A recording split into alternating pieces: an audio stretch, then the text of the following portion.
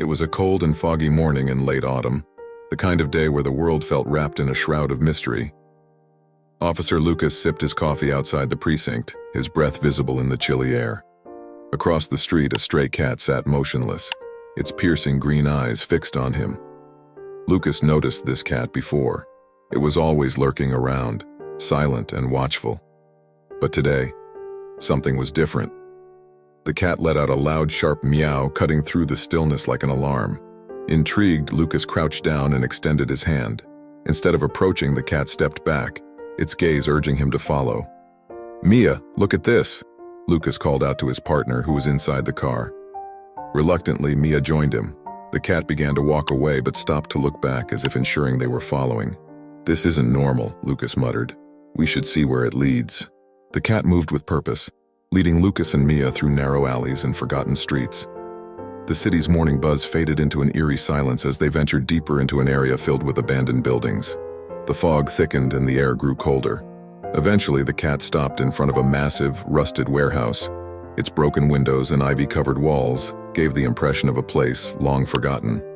The cat sat at the entrance, its tail swishing as it let out another urgent meow. Lucas examined the heavy chains on the door. They looked rusted, but the lock was slightly ajar, as if someone had been here recently. "This doesn't feel right," he murmured. Mia hesitated. "Are we really doing this?" "It's just a cat, Lucas." "Maybe," he replied. "But something brought us here." Inside the warehouse was a graveyard of forgotten things. Dust-coated boxes, broken furniture, and cobwebs filled the room. The air was heavy with a damp, metallic smell.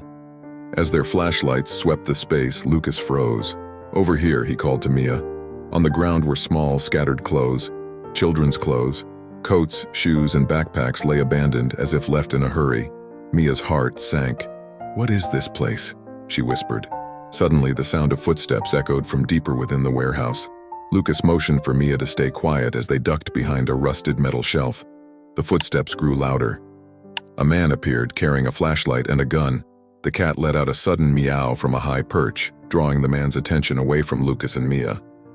Using the distraction, they slipped out of the warehouse and ran into the foggy streets. Back at the precinct, Lucas and Mia spread the contents of the folders they had managed to grab. Photos of missing children, detailed descriptions, and chilling notes filled the table. The names and faces of kids who had disappeared in recent months stared back at them. "This is a trafficking ring," Lucas concluded, his voice heavy.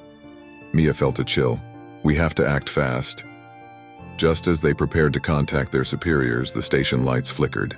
Outside, the gray cat sat on the sidewalk, its gaze fixed on them as if urging them to keep going. Unable to shake the feeling that they missed something, Lucas and Mia followed the cat back to the warehouse that night. Inside, they heard muffled voices.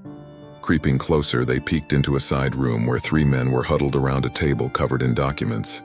Among the papers was a list of names, matching the missing children's files.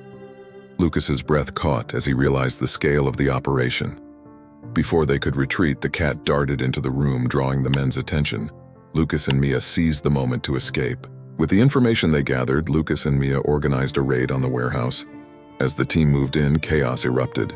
The criminals tried to escape, but the gray cat suddenly appeared, leaping onto a stack of crates and knocking them over, blocking the exit. The police captured everyone involved. As the cuffs clicked into place, Lucas glanced at the cat, who sat calmly, its mission complete. A week later, Lucas and Mia officially adopted the gray cat, naming him Shadow. "You're a hero," Mia whispered as she stroked his fur. Shadow purred, settling into his new home. Though the case was closed, Lucas and Mia knew Shadow had been more than a guide. He was a reminder of the unexpected heroes in life.